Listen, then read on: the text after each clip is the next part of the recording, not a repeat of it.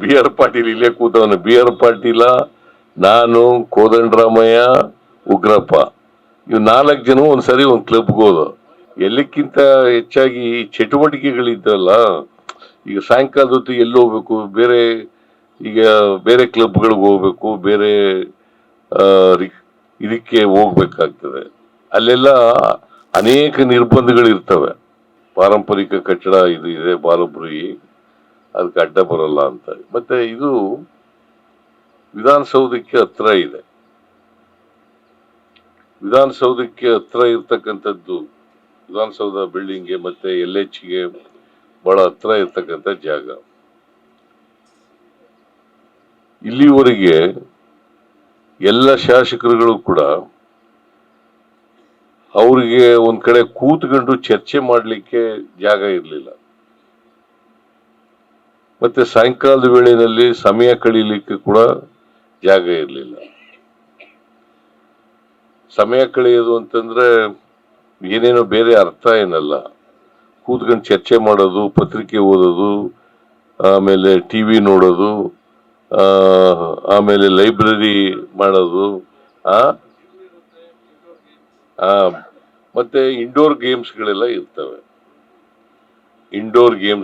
ಇರ್ತವೆ. ಅದನ್ನೆಲ್ಲ ಮಾಡ್ಲಿಕ್ಕೆ ಒಂದು ಸ್ಥಳ ಬೇಕಲ್ಲ.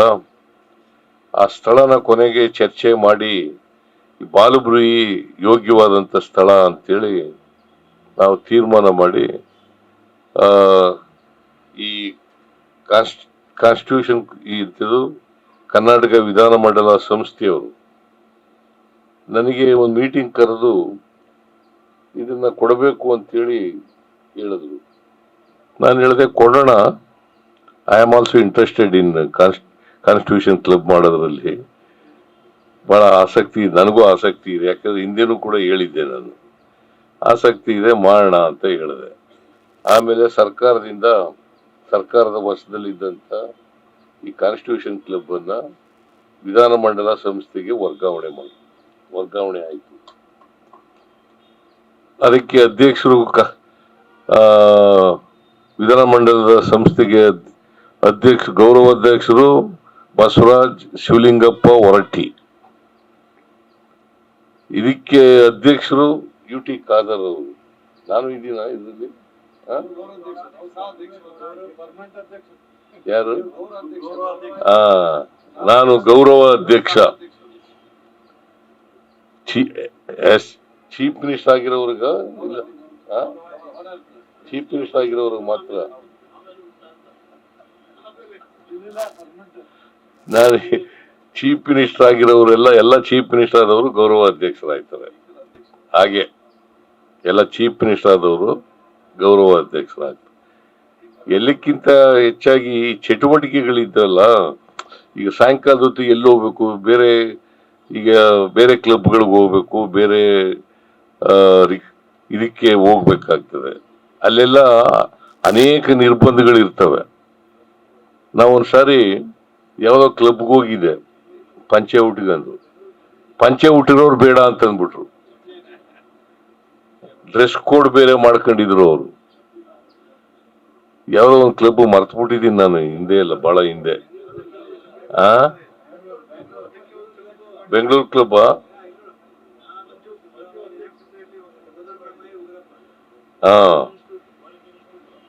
ಇವನು ಬಿ ಆರ್ ಪಾಟೀಲ್ ಇಲ್ಲೇ ಕೂತವನು. ಬಿ ಆರ್ ಪಾಟೀಲ, ನಾನು, ಕೋದಂಡರಾಮಯ್ಯ, ಉಗ್ರಪ್ಪ, ಇವ್ 4 ಜನ ಒಂದ್ಸರಿ ಒಂದ್ ಕ್ಲಬ್ಗೆ ಹೋದ. ನಾನು ಪಂಚೆ ಉಟ್ಕೊಂಡಿದ್ದೆ.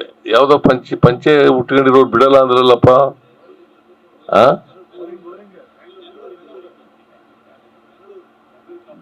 ಬೋರಿಂಗ್. ಮಹಾತ್ಮ ಗಾಂಧೀಜಿಯವರು ಅರೆಬಟ್ಟೆನಲ್ಲಿ ಇದ್ರು. ಅವರು ರೌಂಡ್ ಟೇಬಲ್ ಕಾನ್ಫರೆನ್ಸ್ಗೆ ಅಟೆಂಡ್ ಮಾಡ್ಲಿಕ್ಕೆ ಅವಕಾಶ ಮಾಡಿಕೊಟ್ಟಿದ್ರು. ನನಗೆ ಈ ಕ್ಲಬ್ ಬಿಡ್ಲಿಲ್ಲ ನೋಡ್ರಿ ಹೆಂಗೆ.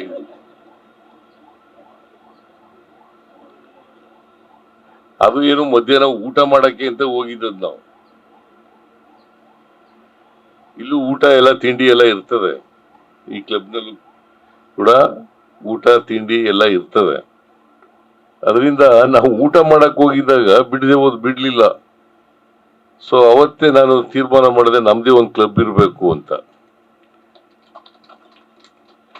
ನಮ್ದೇ ಒಂದು ಕ್ಲಬ್ ಇರ್ಬೇಕು. ಈ ಕ್ಲಬ್ಗೆ ಈಗ ಪಂಚೆ ಉಟ್ಕೊಂಡೇ ಬರ್ಬೋದು. ಉದ್ಘಾಟನೆ ಪಂಚೆ ಉಟ್ಕೊಂಡು ಮಾಡ್ತಾ ಇದ್ದೀನಿ. ಏನಯ್ಯ ಶಿವಲಿಂಗೇಗೌಡ? ಈ ಪಂಚೆ ಹಾಕೊಳ್ಳೋರು ಬಹಳ ಕಡಿಮೆ. ಪಂಚೆ ಕೇರಳದಲ್ಲಿ, ತಮಿಳುನಾಡಿನಲ್ಲಿ ಜಾಸ್ತಿ,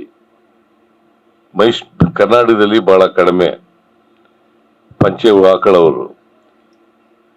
ಕೇರಳದಲ್ಲಿ ಜಾಸ್ತಿ, ತಮಿಳುನಾಡಿನಲ್ಲಿ ಜಾಸ್ತಿ, ನಮ್ಮಲ್ಲಿ ಕಡಿಮೆ. ಸೊ ಎನಿವೆ, ಡ್ರೆಸ್ ಕೋಡು ಅಂತಂದ್ರೆ ಇಂಥದೇ ಡ್ರೆಸ್ ಹಾಕಬೇಕು ಅಂತೇನಿಲ್ಲ. It is not correct. ಆ ಡ್ರೆಸ್ ಕೋಡ್ ಮೇಲೆ ಡಿಸ್ಕ್ರಿಮಿನೇಟ್ ಮಾಡೋದು ಇದೆಯಲ್ಲ, ಅದು ಸರಿ ಇಲ್ಲ. ಅದು ಬ್ರಿಟಿಷ್ನವ್ರ ಕಾಲದ ಪದ್ಧತಿ ಅಂತಕ್ಕಂಥದ್ದನ್ನ ತಿಳ್ಕೋಬೇಕಾಗ್ತದೆ. ಬ್ರಿಟಿಷ್ನವ್ರು ಇದನ್ನೆಲ್ಲ ಮಾಡ್ತಿದ್ರು, ನಾವು ಅವೆಲ್ಲ ಮಾಡಬಾರ್ದು. ಇಲ್ಲಿ ಒಂದೇ ಏನಪ್ಪಾ ಅಂತಂದ್ರೆ, MLAಗಳು, ex-MLAಗಳು, parliament member, ex parliament member, ಅವರೆಲ್ಲರೂ ಕೂಡ ಸದಸ್ಯರಾಗ್ಬೋದು. ಬಂದು ರಾತ್ರಿ ಹೊತ್ತು ಬಂದು ಊಟ ಮಾಡಿದ್ರೆ ಕ್ಲಬ್ ಚೆನ್ನಾಗಿ ನಡೀತದೆ. ಇನ್ನೆಲ್ಲ ಹೋಗಿ ಹೋಟ್ಲಿಗೆ ಹೋಗಿ ಊಟ ಮಾಡೋದ್ರು ಬಂದು ಇಲ್ಲೇ ಬಂದ್ ಮಾಡಿ. ಅಡಿಗೆ ಸ್ವಲ್ಪ ಚೆನ್ನಾಗಿ ಮಾಡ್ಸಪ್ಪ ಕಾದರ್.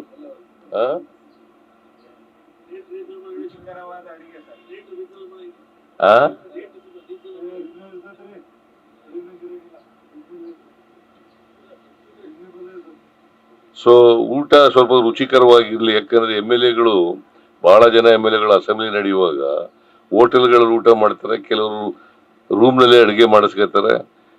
ಕೆಲವರು ಮನೆ ಇರೋರು ಇರ್ಬೋದು. ಬಟ್ ಎನಿವೇ, ಸಾಯಂಕಾಲದ ವೇಳೆ ಸಮಯ ಕಳೀಲಿಕ್ಕೆ ಇದು ಅತ್ಯಂತ ಅವಶ್ಯ, ಬೇಕೇ ಬೇಕು ಅಂತ. ಅದಕ್ಕೋಸ್ಕರವಾಗಿ ಈ ಡೆಲ್ಲಿನಲ್ಲಿರ್ತಕ್ಕಂಥ ಕಾನ್ಸ್ಟಿಟ್ಯೂಷನ್ ಕ್ಲಬ್ ರೀತಿನಲ್ಲಿ ಇಲ್ಲಿ ನಾವು ಮಾಡಿದ್ದೀವಿ. ಅದಕ್ಕೆ ನಿಮ್ಮೆಲ್ಲರ ಸಹಕಾರ, ಬೆಂಬಲ ಇದೆ ಅಂತೇಳಿ ನಾವು ಭಾವಿಸ್ಕೊಂಡಿದ್ದೀವಿ. ಸೊ ಇದನ್ನ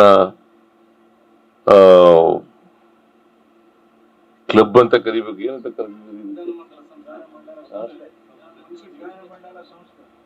ವಿಧಾನಮಂಡಲ ಸಂಸ್ಥೆ. ಈ ವಿಧಾನಮಂಡಲ ಸಂಸ್ಥೆಯನ್ನ ಅತ್ಯಂತ ಸಂತೋಷದಿಂದ ಉದ್ಘಾಟನೆಯನ್ನ ನಾವೆಲ್ಲರೂ ಕೂಡ ಮಾಡಿದ್ದೇವೆ.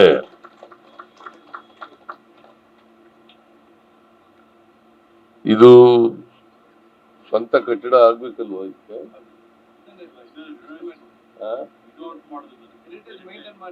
ಈಗ ಪಾರಂಪರಿಕ ಕಟ್ಟಡ ಇದೆಯಲ್ಲ, ಇದು ಬಾಲಪುರಿ, ಅದನ್ನ ಮೇಂಟೈನ್ ಮಾಡಿ ಸ್ವಲ್ಪ ಸಣ್ಣ ಪುಟ್ಟ ರಿನೋವೇಷನ್ಗಳನ್ನ ಮಾಡಿದ್ದೀವಿ ಅಷ್ಟೇ. ಮೇಜರ್ ಚೇಂಜಸ್ ಏನು ಮಾಡಿಲ್ಲ, ಸಣ್ಣ ಪುಟ್ಟ ಚೇಂಜಸ್ಗಳು ಮಾಡಿದ್ದಾರೆ. ಸೊ ಅದು ಇವತ್ತಿನಿಂದ ಪ್ರಾರಂಭ ಆಗ್ತದೆ. ಇದನ್ನ ಸದುಪಯೋಗ ಮಾಡ್ಕೊಳ್ಳಿ ಅಂತೇಳಿ ಎಲ್ಲ MLAಗಳಿಗೆ, ex-MLAಗಳಿಗೆ ಅದು ಮನವಿಯನ್ನ ಮಾಡಲಿಕ್ಕೆ ಬಯಸ್ತಾ ಇದ್ದೇನೆ. ನಾನು ಬರ್ತೀನಿ ಒಂದೊಂದು ಸಾರಿ.